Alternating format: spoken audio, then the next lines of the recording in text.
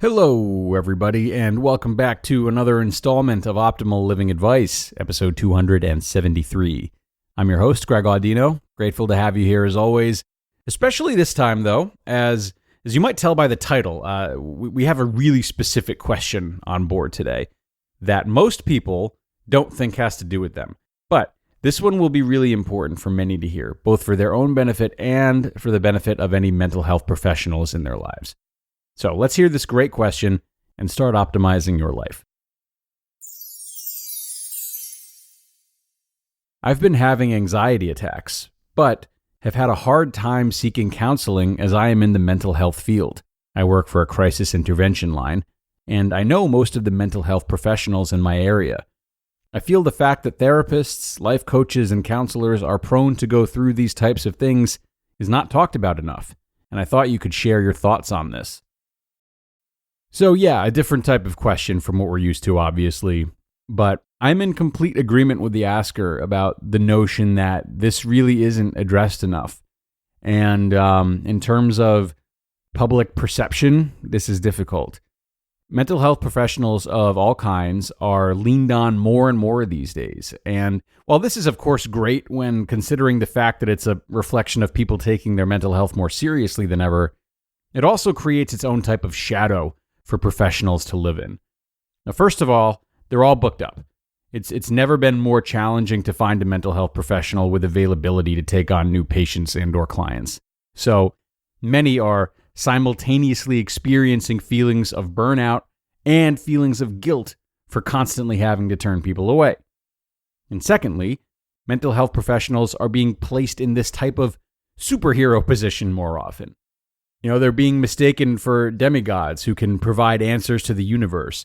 And people who enter into mental health services often do so without knowing how the process really works and expecting immediate answers to their greatest life questions. And oftentimes when these answers aren't received right away, the mental health professionals they're working with are discarded quickly without a second thought.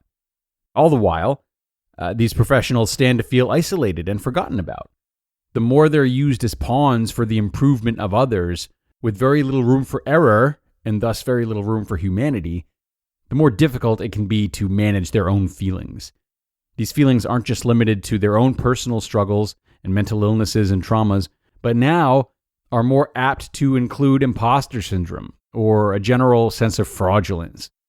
Now, obviously, what I'm saying does not apply to all mental health professionals, nor does it apply to all the people that consult the help of mental health professionals. But as the demand for this type of work becomes more airtight, there's more tension building on both sides, and therefore more reason to take questions like the one submitted for this episode seriously. So, now with that briefing behind us, let's talk about resources and ideas for mental health professionals who are struggling. Luckily, a lot of mental health professionals are made aware of these different resources that they can and should go to for assistance, and doing so is highly encouraged by governing bodies. For example, most therapists have therapists themselves. Now, if you do live in a small town or a remote area and you know all the local therapists, this would be a problem, as the therapist-client relationship allows virtually no room for personal relations. As a matter of fact, it's a matter of years after therapy has been canceled before the therapist and their ex-client are allowed to build any type of personal relationship. So in the case of the person asking this question, there are a few options, which you people who do not work as mental health professionals can consider as well. So listen up.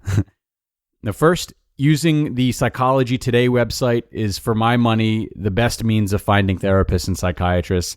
You can search by zip code or town, and plenty of results are likely to come up. So if you know everyone in your surrounding area, like the asker does, but you're willing to drive a bit further, it's a really terrific option and would be my first choice. You can also use Psychology Today to find groups, which can be enormously helpful in their own right. So for example, in addition to seeing my one-on-one therapist, I'm also part of a therapist group, which has been completely transformative. I love it. And these groups can be very flexible depending on how the facilitator or group leader feels. You don't necessarily have to be a clinician to be admitted. And again, in the case of the asker, I'm sure plenty of groups would welcome you as a crisis intervention line operator. And it's also worth noting for mental health professionals that these groups are often classified as either support groups or training groups. You could imagine the differences between the two, so I won't dive into that. But these groups are labeled by the facilitators themselves, and oftentimes they kind of ride the line between training and support. So in most of these cases where those lines are a bit blurred, the facilitators will refer to them as training groups so that they can be regarded as business expenses at tax time. Anyway, in addition to Psychology Today as a resource for helping or finding help in person, the next place to look to would be online therapy services. The top two, both of which we've had sponsorships with actually, are BetterHelp and Talkspace. So these types of services are less expensive than traditional therapy, even more so when you consider not having to drive. You're basically assigned to a therapist virtually. Of course, these types of services are slightly less personal as well. But you are allowed to message your counselor typically all day between Monday and Friday and can expect reasonably fast responses. So there are pros and cons. And I've gone ahead, like a good boy, and done some research for you guys on online therapy services that are specific to what community you identify with. So if you want something that feels a little more tailored to you. Now, these aren't as mainstream, obviously, but a lot of people find comfort in this approach. So according to Verywell Mind, which is another amazing resource for people looking to improve their mental health, here are the best online therapy services based on specific niches. So the best for couples is called Regain. The best without insurance is called Wellnite, Wellnite. The best for flexible scheduling is called Amwell, Amwell. The best for the LGBTQ plus community is called Pride Counseling. Best for psychiatry, Teladoc Health, Teladoc. The best for group therapy is called Circles. The best for addiction is called Monument. The best for CBT, which stands for Cognitive Behavioral Therapy, is called Online Therapy with a dash in the middle, so online-therapy. The best for Christians is called Faithful Counseling. And the best for the BIPOC community is called Ayana Therapy. That's Ayana. So, as you can see, there are a lot of different outlets, whether or not you're working in the mental health field. And for the most part, they're all highly regulated, and the people that work for these platforms are well vetted, which is great news, obviously. But I'm going to leave you with this, Asker.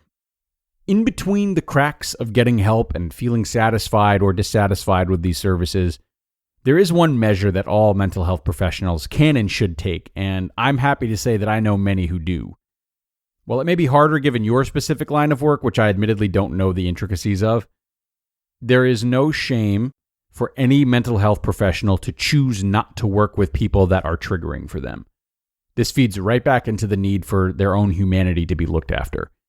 If domestic violence ran rampant in the house you grew up in and is still very troubling for you as a mental health professional, you do not owe your services to any domestic abusers if you don't want to give it to them. The same can be said about any number of pain points. I don't really feel the need to list them off. Boundaries are for all people, and the benefits of enforcing them in your professional life can lead to a much happier and healthier personal life. And a massive thank you to the asker today for sending this question in. A question that in retrospect really needed to be asked a lot more than I thought it did prior to putting this episode together. I really hope that everyone got something from this, regardless of what field you work in. I certainly hope it's left you with either a better idea of how to get help for yourself or how to show love and support for a mental health professional that you may know. Ideally both, though. Ideally both. Everyone, if you have a question that you would like to submit, please go ahead and do so. You can email me at advice@oldpodcast.com. Advice@oldpodcast.com. That's the best way to do it. Or I should say, sometimes, including with this question, questions come in via Instagram. So if for whatever reason you feel more comfortable submitting that way, you can message me directly on Instagram. My handle is @simplygreggles, SIMPLYGREGGLES, even though I spell with one G. I'm sorry it's not more professional, but I didn't think that I would be mentioning it in a professional setting. Or you can message the podcast account, which is, you guessed it, @oldpodcast, OLD podcast. Okay. Hope to hear from you all. Thank you so much for being here, everybody. Have a great rest of your day, and please join us for the next one, where your optimal life awaits.